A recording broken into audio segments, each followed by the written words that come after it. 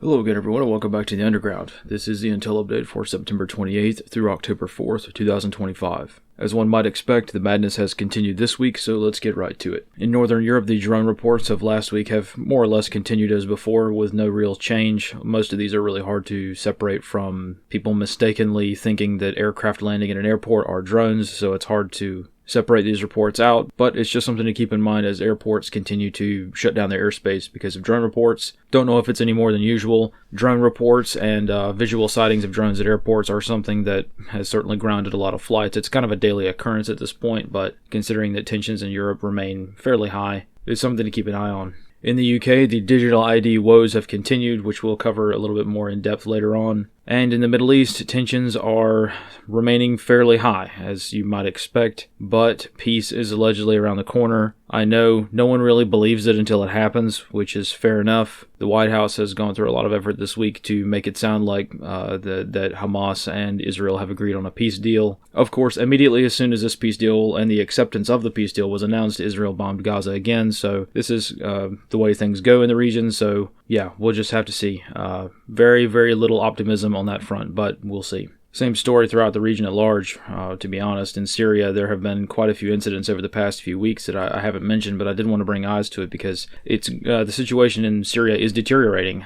Their leader can put on a suit and shake the hand of the President of the United States, but it doesn't stop the fact that gangs of militia are going around slaughtering pretty much anyone they can get their hands on, but especially Christians who are being persecuted in Syria like to an unbelievable degree. So this will get zero press in the Western media, so I did want to mention it so that we can at least pray for the plight of Christians all around the world, but especially those in Syria. So a little bit closer to home, the war in the Caribbean continues as before with strikes on suspected narco vessels, or whatever you want to call them, occurring down in the Caribbean Sea. The media has been yapping as usual about the United States trying to go to war with Venezuela and put boots on ground. Nothing solid on that front. I fully expect it to happen, but until the go order is issued to launch an invasion of Venezuela, it's all just rumor and it's all going to be just theory. So I fully expect to wake up one morning and find out that there's, a few thousand Marines on the ground in Venezuela. So that's how the American people are going to find out about it, is my guess. So that's just a personal planning factor on my end. And staying in the theme of defense here at home, there have been a lot of shakeups at the Pentagon lately, a lot of high-profile firings. There was, of course, the,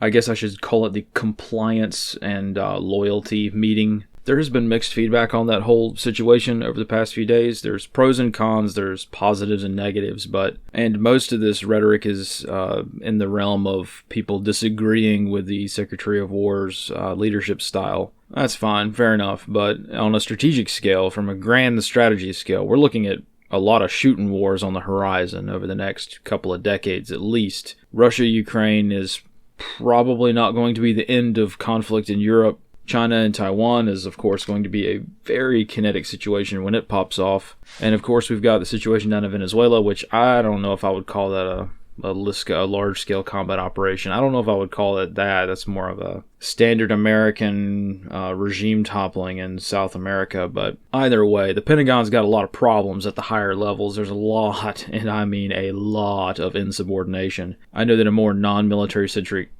community might not be familiar with the problems with that sort of thing, but let me just say that if you think that there are some radical politicians in Congress, if you think you see a congressman or a congresswoman say something really, really inflammatory or really illegal or something like that, that does not hold a candle to the average flag officer. So they are very strange. They've got very weird habits most of the time, and it's something that is kind of a little bit of military culture that has gotten quite serious over the past few years. So I think that's probably what this meeting was all about. Everybody was expecting for it to be a mass firing situation, but it wasn't. My guess it was a proverbial shot across the bow for the Flag Officer Corps to get their act together. Making generals PT and pass height weight is that wasn't what it was all about. In the War Department, there is only one way to actually legally discriminate against people, and that is with fitness standards. So, turns out a lot of the people that are dirtbags in the military also are not very fit, so that's an easy way to get them out. So I think that's probably what that was all about. But anyway, I don't expect any general or admiral to actually do the PT test. I think they're just going to disobey the order like they've been doing since Trump took office. So anyway, big concerns at the high level strategery for the United States, and clearly there are a lot of changes inbound for the Department of War. And speaking of war, let's move over to strategic movement. I need to update this slide, so sorry, the positions are a little out of date. But the general mood is that the bombings will continue until morale improves. That seems to be the general attitude towards the situation in Venezuela. But anyway, that war down south is going to continue on for quite a while, is my guess. But personally, I'm more concerned about the kinetic events here at home. And this week has been very busy. We have had multiple shootings around the country, and we have had multiple incidents involving churches, which have been very concerning. The unrest in Portland and the unrest in Chicago continues as before. It's really the same low level of Antifa, counter-ICE sort of thing, but for the most part, this is a very large problem set that's going to take many, many years to even put a dent in, right? So the situation being the same as before is not an indication of the situation not being serious anymore, right? It's not like it's, slipped into a state of lull. No, it's pretty kinetic around the country. It's just that these issues are not going to be solved in a weekend, right? So let's go ahead and get down into the regions for this week, and let's talk about the Southport shooting in North Carolina. There were 2 high-profile shootings this week that I wanted to mention, both of which are very suspicious or have some sort of mental illness flavor to them. You can make that argument with every mass shooting, but these in particular were rather beyond the pale for what I would consider to be a quote-unquote normal mass shooting, right? The typical, standard, usual suspect kind of thing. So the individual who conducted the shooting in Southport, North Carolina was Nigel Edge. That's actually a name he gave himself. So he legally changed his name a couple of years ago, I think back in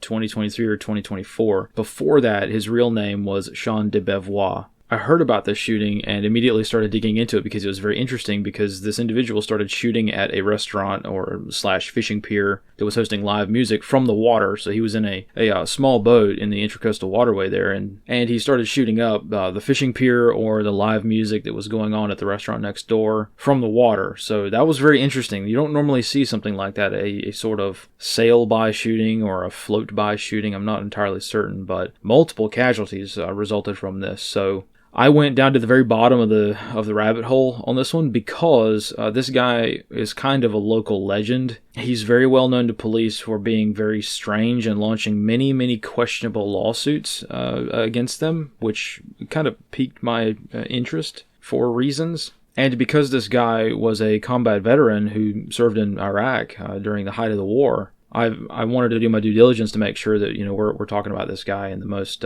correct way possible, right? So just cutting to the chase, for those of you who don't want to go all the way down to the bottom of the rabbit hole, the shooter, Edge or de Beauvoir, was discharged from the Marine Corps after sustaining combat wounds in Iraq a few years ago during the height of hostilities. And one of those combat wounds was he actually got shot in the head with small arms and survived the encounter. But I'm sorry to say it may have had some follow-on effects. And it unfortunately started a lot of bad stuff in this guy's life, which unfortunately culminating in him choosing to become a mass murderer. So that's what I think happened here. I think that there was very clearly something wrong, something not going on. And unfortunately, rather than being able to get some help, he chose to become a mass murderer. I mean, it's bad enough when somebody gets groomed to be a mass shooter or has some kind of mental problem just normally, but it's even worse when that situation seems to stem from combat injuries. This guy served his country and got shot in the head for it, and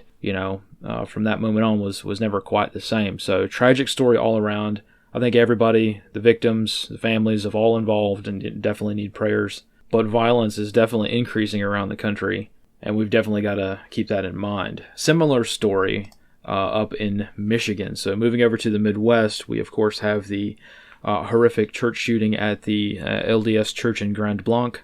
This one is somehow more of a mystery, and I don't think we're going to get more information on this because, again, the shooter is deceased, right? So they can't tell their side of the story anymore. We have to go based off of what evidence they left behind, and this one is an equally strange story. Either way, he conducted a vehicle ramming attack to try to breach or run his vehicle into the building. It didn't quite make it. You can kind of see from the images that the vehicle was not able to penetrate the building completely. But either way, once the vehicle came to a stop, kind of embedded in the building there, He exited the vehicle and switched to the small arms phase of the attack. Again, complex attack, switching weapons systems during the attack. Usually complex attacks indicate some kind of deliberation or planning or prior coordination or something like that. It's not just a spur-of-the-moment thing, somebody pulling out a pistol and starting shooting because they're angry or they snap or something like that. No, this was a very planned thing. So vehicle ramming attack, switch to small arms, and then finally, again, this guy had a tertiary means of attack, at least according to authorities, in that he had IEDs rigged inside his vehicle.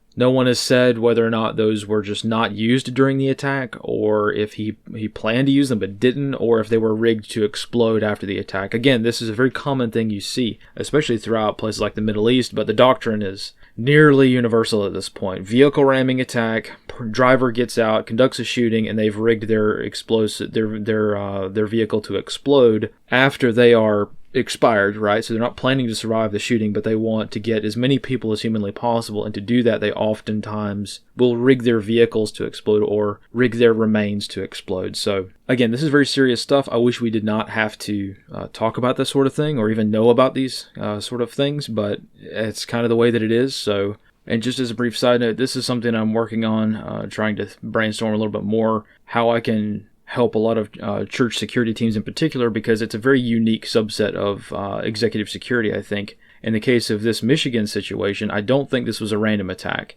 I have done a lot of investigation to try to figure out why this guy did this attack, and the rumors are flying. But this was definitely a personal grievance attack. This was not just him seeing the closest building that was a church and attacking it, right? This was a more planned sort of thing for personal reasons. Now, what those personal reasons are, again, the rumors haven't really been very indicative of much, but it's a very complicated situation, I'll just say that.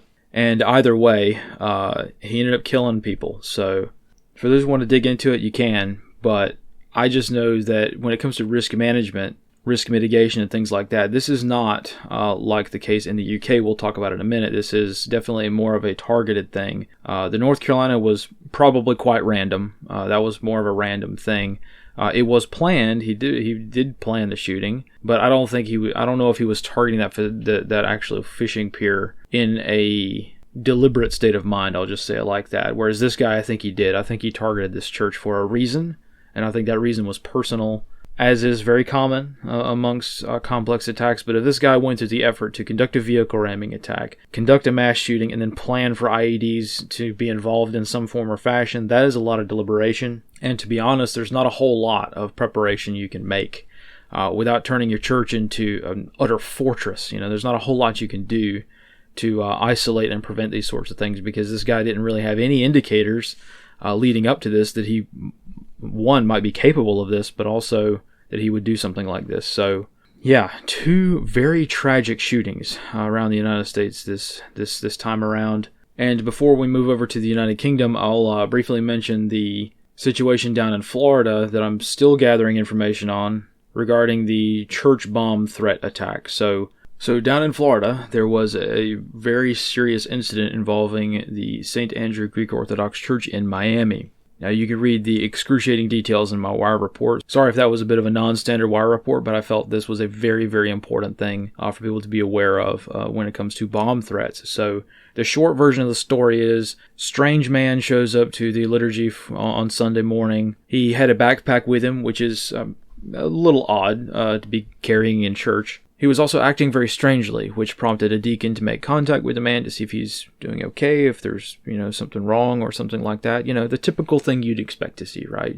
General concern for the man's well-being. So when the deacon made contact with the man, the guy handed the backpack to the deacon and told him it was a bomb, told him it was an explosive device. And the backpack was making a sound reminiscent of some sort of ticking or countdown or something like that. So the situation kind of went downhill from there. I certainly don't want to speculate on this, obviously being involved with a church, right? It's something that you want to treat with very great respect, right? But the facts of the case are as follows. The deacon took the backpack and put it off to the side of the nave or the narthex, wherever they were in the church. I don't have the details on that. Or I've seen some reports that say it was a side room, but I don't know if that church's construction has... I don't know why there would be a side room in that part of the church. Either way, it doesn't matter. He put the backpack off to the side and, speculating here a little bit, tried to figure out what to do. the dude continues to act very strangely, and suddenly, at some point during the liturgy, his phone, which no one knew at the time, but there was a very loud, piercing alarm with what sounded like a countdown. Church was still not evacuated. No evacuation. No, none of that. No, I don't know if the priest was notified or not. I don't know what the status of that was.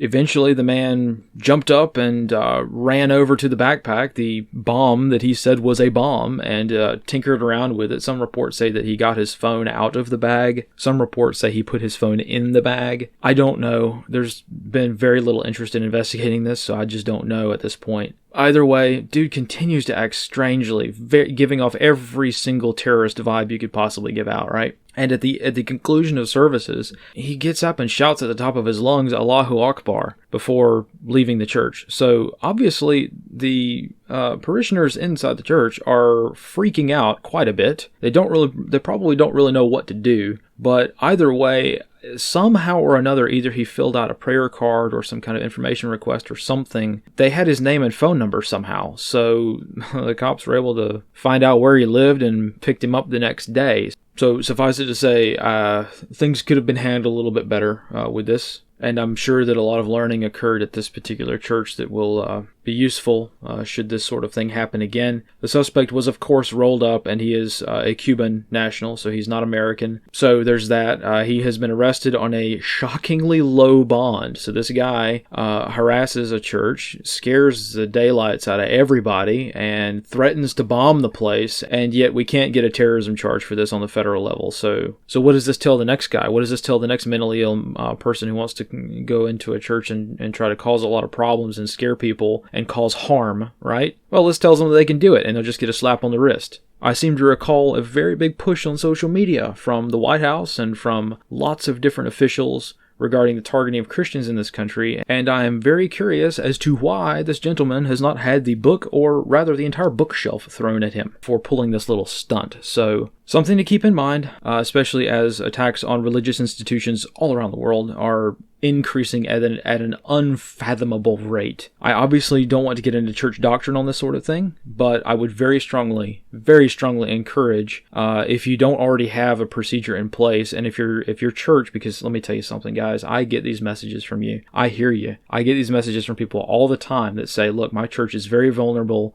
and the church is not interested even paying attention to these security risks. We've had people who are now scared to come to liturgy. They're now scared to come to Mass. They're now scared to come to services because they're afraid, because the church doesn't want to have make a scene or something with regards to security. So these are issues that I would very strongly encourage everyone to take to their own religious leaders, their own priests, their own pastors, and, talk about it, right? I don't think anybody wants their church to become the green zone, but still, look, it's a very serious time, I think that, and I'm speculating quite a bit here, but I think that was probably what this church did down in Florida, is they probably thought that it was a mental case and that the guy needed some help, which very clearly he did. But at the same time, when you cross that line into the potential mass murder of men, women, and children inside a place of worship, now, homie, don't play that. So churches are going to have to figure it out. Churches are going to have to step up, and it's going to have to be people having conversations with their priests to figure out what best security practices they can do, what to do. Is there a plan? Is there anything? Has anyone ever thought about this? Because that's generally the first step.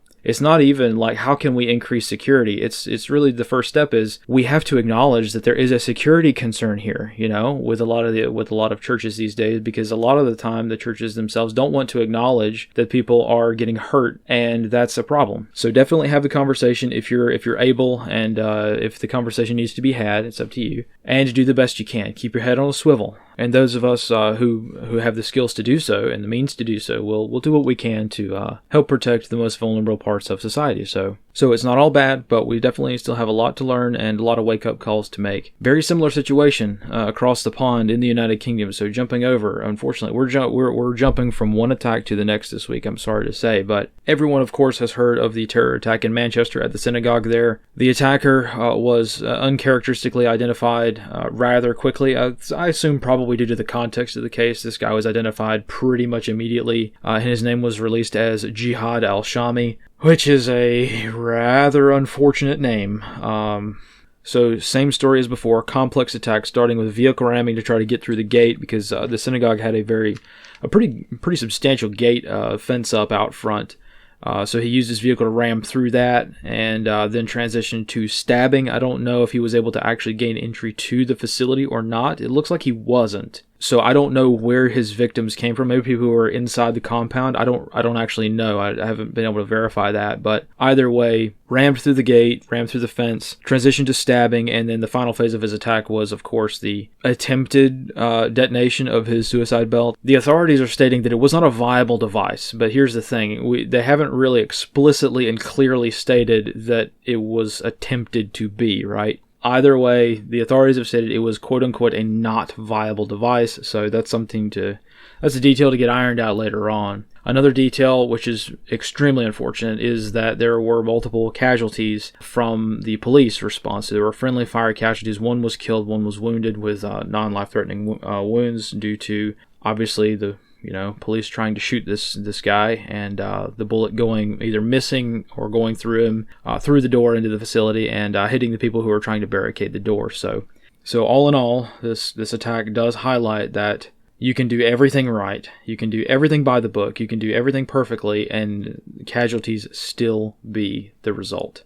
It's gritty, it's raw, it's rough, but that's the truth. And unfortunately, this kind of thing is definitely in season these days. This attack was conducted on Yom Kippur, which is a major holiday. However, today is October 4th, and what do we have coming up on October 7th, right? So another major milestone anniversary that is very high risk. So tensions are going to be high, counterterrorism risks are going to be high. I saw the UK is trying to, either they've done it already or they're thinking about raising their terrorism level for the time being. And once again, whenever there's a serious talk of peace in the Middle East, things happen. So definitely keep heads on a swivel. Definitely keep moving forward and trying to do the best you can and staying vigilant with this. So that's it for the terrorist attacks today. Let's talk about the UK digital ID stuff. So the British government responded to the signature petition. It got almost 2.8 million signatures, and the British government's response has basically been no, which I don't think anybody was expecting the answer to be anything other than this. The response was definitely going to be a no. We're going to do what we want anyway, which is more or less what the British government stated. It's just that the wording of it has gotten people a little bit upset. So, yeah, I just wanted to highlight, because I mentioned this a few days ago in The Wire, that there was a petition going on to stop this digital ID thing. And Prime Minister Starmer is just kind of saying no, just doing whatever he wants. And it's a very interesting leadership style. Even within his own party, he's cracking down. So, very interesting choice of leadership style. It's not entirely unfamiliar throughout Europe's history, but again, don't think anybody was expecting anything different. But I try to cover these sorts of things just because I know that a lot of our friends across the pond kind of have their hands tied with even talking about a lot of this stuff nowadays. It's pretty dangerous to have an opinion in the UK these days, so I try to kind of highlight these things when I can. So that's pretty much all I have for today. Let's roll up with the GhostNet Reports. It was actually a really good week. So propagation for me was rather poor. Radio conditions were rather poor, but I got a lot of messages still, so that's very good to see. So people are definitely using the resource, definitely using it to exchange information, do some testing, all kinds of stuff. So it's pretty good to see. And these days, having alternative communications methods and being more resilient in the comms arena is just a piece of the puzzle, right? It's not an end-all, be-all, right? It's not a primary focus a lot of the time even. It's just something that we can add to our toolbox as we're keeping our heads on a swivel. Because, let me tell you something, in case you haven't noticed, it's getting pretty spicy out there. It's getting pretty dangerous in a lot of areas. So anyway, thank you guys for all of your support. Thank you guys for sticking with me. Thank you guys for reading through my rather long report sometimes. And I'll try to be a little bit more concise and to the point next week. But thank you guys again for all of your support. I really couldn't do it without you. And we'll see you next week. So thank you guys again, and I'll see you next time. And as always, fight in the shade.